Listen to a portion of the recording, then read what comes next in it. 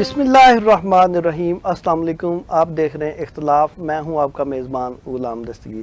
ناظرین، آج ہم اختلاف میں بات کریں گے ایران کا UAE پر حملہ اور امریکہ ایران کشیدگی اور آپریشن غضب للحق اور دیگر موضوعات پر بات کرنے کے لیے آج جو میں نے مہمانوں کو دعوت دی ہیں، تینوں ہی سینئر تجزیہ کار ہیں۔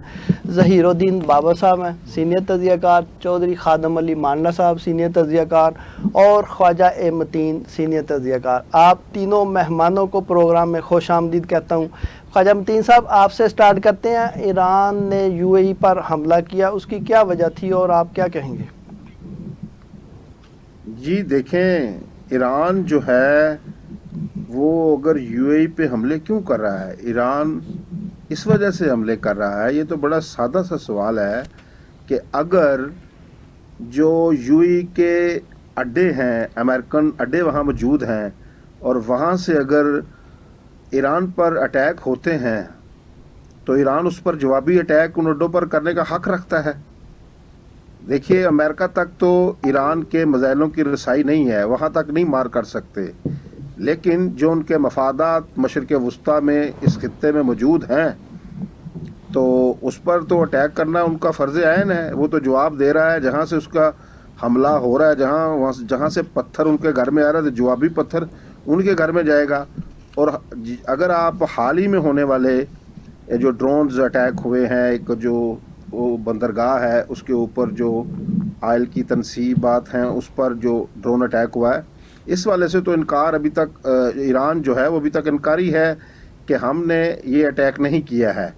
لیکن امریکہ کے اس خطے میں CNN کی رپورٹ آ چکی ہے، 16 ان کے اڈے تھے، فوجی اڈے، جس میں سے 13 کو ایران نے نقصان پہنچایا ہے اور 6 جو ہیں وہ صفحہ ہستی سے مٹ گئے ہیں۔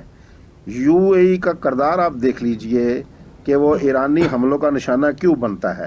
جی اس نے اسرائیل کو تسلیم کر رکھا ہے، ٹھیک ہے، اور وہ پوری طرح سپورٹ کر رہا ہے صہیونی اسرائیلی حکومت کو۔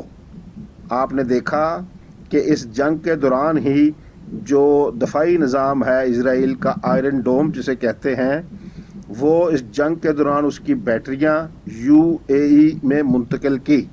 تو اس سے صاف ظاہر ہوتا ہے اس جنگ میں جو UAE ہے وہ اسرائیل کے ساتھ کھڑا ہے، امریکہ کے ساتھ کھڑا ہے، جس کا اعتراف آئے روز جو امریکن پریزیڈنٹ ہیں ڈونلڈ ٹرمپ، وہ بھی ان سے اظہار یکجہتی کرتے ہیں، ان سے اظہار ہمدردی کرتے ہیں۔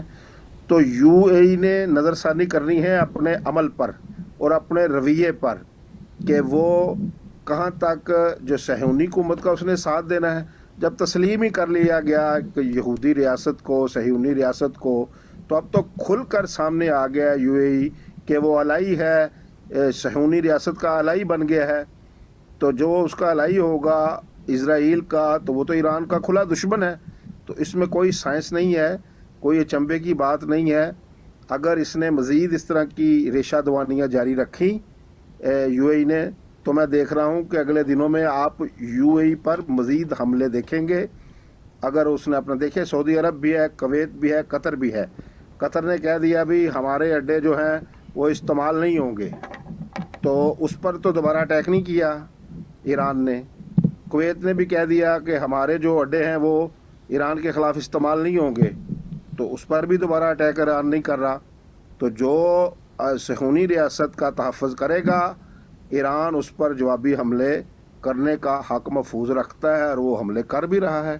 تو یہ سادہ سا سوال ہے سر۔ جی مانڈا صاحب، جیسے فرما رہے تھے متین صاحب کہ UAE نے اسرائیل کو تسلیم کر لیا اور یہ ایران اٹیک اس وجہ سے کر رہا ہے کہ وہ امریکہ بھی اس کی سپورٹ کر، آپ کیا کہیں گے اس میں؟ بسم اللہ الرحمن الرحیم۔ بہت شکریہ غلام دستگیر صاحب۔ دیکھیں، یہ تو بات پوری دنیا کے سامنے ہے کہ ایران نے ہر اس ملک کی ان جگہوں پہ حملہ کیا جہاں امریکن جو ہے بیسز موجود تھیں۔ جی کوئی دوسرا ایسا ملک نہیں ہے کہ جہاں امریکن بیسز نہ ہوں اور وہاں ایران نے حملہ کیا ہو۔ وہ سعودی عربیہ ہو، وہ قطر ہو، وہ اردن ہو، مصر ہو، یا کوئی بھی دوسرے ملک ہے، دبئی ہو،